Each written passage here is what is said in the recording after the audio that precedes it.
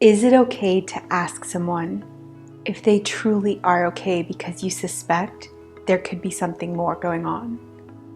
The fact you are asking is a good thing. Number one, it shows how much you care for someone. And second, it shows a sense of care in how you approach them. Depending on your relationship with the person, it is absolutely okay for you to ask. In some cases, it might even be your responsibility. Check with your local and state laws under mandated reporting, as in many instances, if you believe someone is in threat of danger or harm, it is time to act. And yet, action is often only possible after having a conversation to know what factors could be creating stress or trauma for the individual you care for. Let's discuss 3 important topics. When is it time to ask? How should I approach someone? What should I say and not say?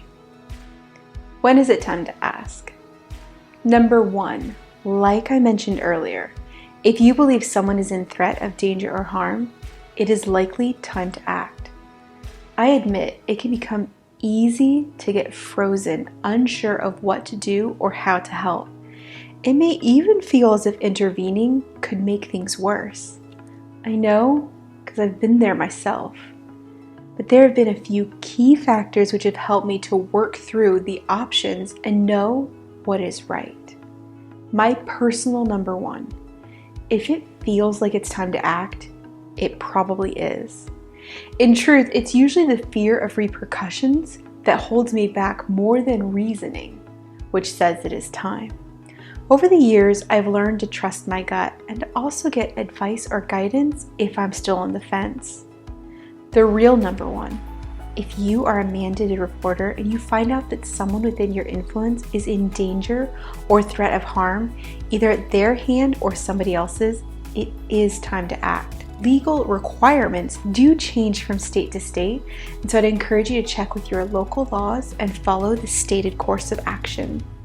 In addition, make sure that you're following your organization's policy and procedures to make sure that the right people have been informed and the person that you care for is receiving the best form of support and guidance from your whole team if that is what is appropriate. But beyond legal ramifications, I think there's a deeper question that you might be asking, which is, when is it okay to ask and it won't harm my relationship? You see, that one is tough. Depending on the dynamic between the two of you and the severity of the struggle with trauma or their own actions and behaviors, it can be hard to know how a conversation around their struggle is actually going to go. That is why I believe it is best not to lead with a point-blank question on if they are struggling, but rather first share why you are for them, how much you care for them, and if it would be okay to discuss an uncomfortable topic together. Conversations around trauma, behaviors, mindsets, or choices, these can be difficult. Why? Because they're tied into the deep emotional places and along with how our life experiences have shaped our perspective. While I do believe it is okay to ask someone if they are struggling, I also believe it must be asked in the right way, with the right heart, at the right time. If you are seeking insight on how to do that, I recommend speaking with a counselor, a trained professional, or getting guidance from a hotline representative who knows how to discuss issues someone you care for might be facing. You can find hotline numbers and community support options in the resource section of our website.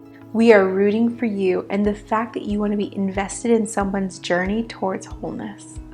At times, it can be overwhelming to hear what is really going on in someone's life, which is why we always recommend building a network of support for those caring for those who struggle. The world needs individuals who will invest in each other. And the fact that you are asking the question, is it okay to ask someone I know if they are struggling because of trauma, tells me that you are willing to be there for others, and that can make a life-changing difference for someone else.